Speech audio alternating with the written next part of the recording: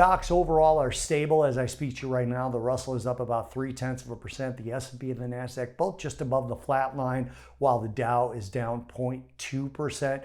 Yields are slightly higher, but not really that much. The 2-year is up 3 basis points at 4.4%. 5-year up 2 at 4.05%. 10-year yields at 4.13. That's up 2 basis points, and the 30-year yield is up 4 basis points to 4.36. 2s10s inversion almost unchanged. But so far, 80% of the companies that have reported, and it's a very small number, we're still early in the earnings season, have beaten profits estimates. Now, overseas, Bank of Japan kept key short-term interest rates at negative 0.1%, and the 10-year bond yield target remains at 0%, and this was unanimous. So their commitment to negative rates and yield curve control remains in place, although they did adjust their inflation forecast down to 2.4% from 2.8% for 2024 and slightly higher for 2025 to 1.8%. China initiated what is said to be a 2 trillion yuan intervention in its stock markets, looking to boost confidence after the stock market's been underperforming versus global benchmarks over the past year.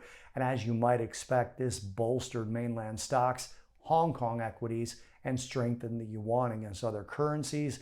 Metals are rising, with copper up 1%, silver up 1%, and gold up 0.2%. Oil is steady, but shipping costs are rising. Now, crude oil is priced in a sort of parlance that they call plus pipe. So what that means is the price of WTI or the price of Brent plus the shipping. That's what the plus pipe represents.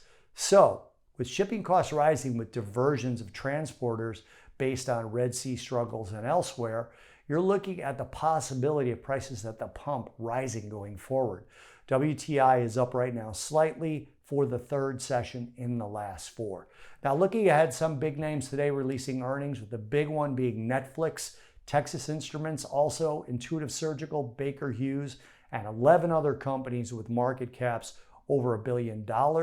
Tomorrow, we got 15 more companies with market caps over $1 billion, including semiconductor giant ASML Holdings, Teledyne, AT&T, Abbott Labs, Elevance Health, General Dynamics, and metals miner Freeport-McMoRan. Tonight, Japanese balance of trade data. Tomorrow, small to medium-sized business PMIs for January in Germany, the EU, the UK, and the US, and a Bank of Canada interest rate decision tomorrow.